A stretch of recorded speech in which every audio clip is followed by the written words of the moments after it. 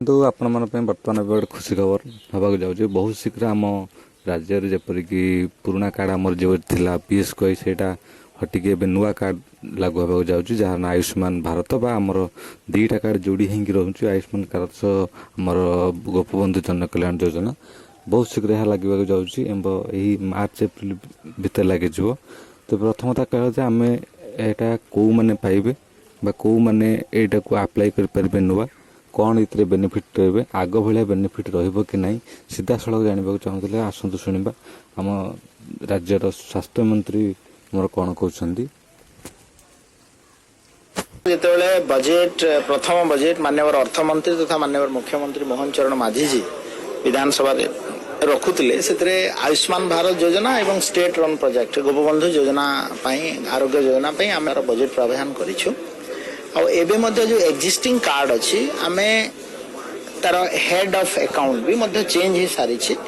ଏବଂ ଆୟୁଷ୍ମାନ ଭାରତ ଯୋଜନା ଏବଂ ଗୋପବନ୍ଧୁ ଆରୋଗ୍ୟ ଯୋଜନାରେ ଯେଉଁ ହେଡ୍ ଅଫ୍ ଆକାଉଣ୍ଟରେ ମଧ୍ୟ ଆମର पेमेंट जो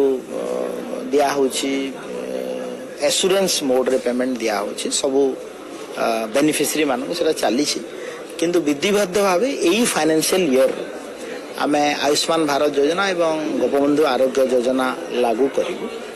एवं तापाई समस्त प्रस्तुति भारत सरकार सहित चूड़ांत हो सारी एवं निश्चित भाव में बहुत जल्दी आपण मैंने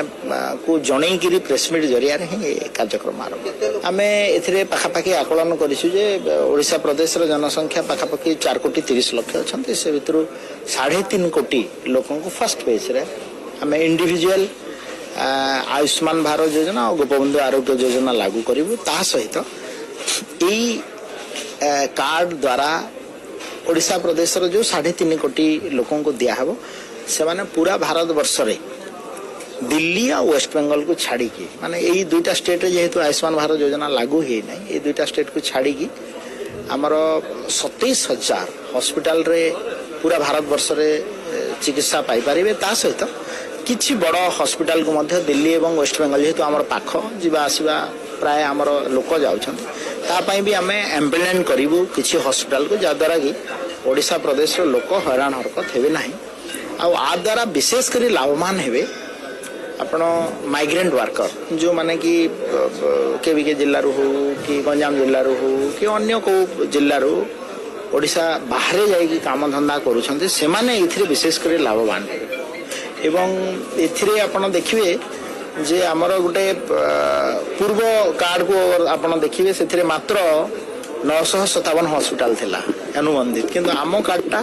आयुष्मान भारत आ गोपबंधु आरोग्य योजना कार्ड रे आमे 27,000 हॉस्पिटल अनुबंधित हेबो एवं एटा इंश्योरेंस नुहे गोटे कन्फ्यूजन क्रिएट हो जेटा एश्योरेंस मोड रे हेबो आपन को किछि ता पय थर्ड पार्टी सेटलमेंट क्लेम एउडा करिवार नै जो जेतेबेले हम हॉस्पिटल जिबे आमर से हेल्प डेस्क रे लोक थिबे तांको सेटल करे देखो बर्तमान आप शुणिले सीधा स्वास्थ्य मंत्री ठार केमी कौन कौ मैंने पाइबे आमर बेसिकली कह गले जो मनकर आगु BSKY कार्ड अच्छी से कौन आप्लाय करा पड़ोनी से निश्चित भाव में पुराना कार्ड अनुसार नुआ कार्ड मिल जाव जो मैंने आप्लाय करा चाहते नुआ कार्ड पाइबे से आप्लाय करा पड़ो प्राय 4.5 कोटी लोकों भितर प्राय 3.5 कोटी लोक ये उपकृत हेबे एवं यहाँ सबुठ बड़ कथा है यहाँ जो कन्फ्यूजन आम आगुरी आसूला जे यहाँ आश्चर्य मोड हम आमको इंश्योरेंस क्लेम करा पड़ो सेमती भयभीत हबार कौन चान्स ना या कौन इंश्योरेंस क्लेम हबार दरकार ना जमती आगुरी आम हस्पिटाल आश्योर्ड भाव में पैसा पाते आम जाऊे कार्ड लगाते पैसा ऑटोमेटिक कटुला सेमती ही कौन चिंता कर आवश्यक नहीं निश्चित भाव में रुहतु आप निश्चित भाव में रुहतु जमती आगुरी आप हस्पिटाल सेवा पाते एवं सेमती हस्पिटाल सेवा पाइबे नुआ कार्ड आपण पाक बहुत शीघ्र पहुँचीज यह आज इनफर्मेशन जदि आमको आम भिडियो आपण पसंद आसुए निश्चित लाइक करेंगे शेयर करेंगे।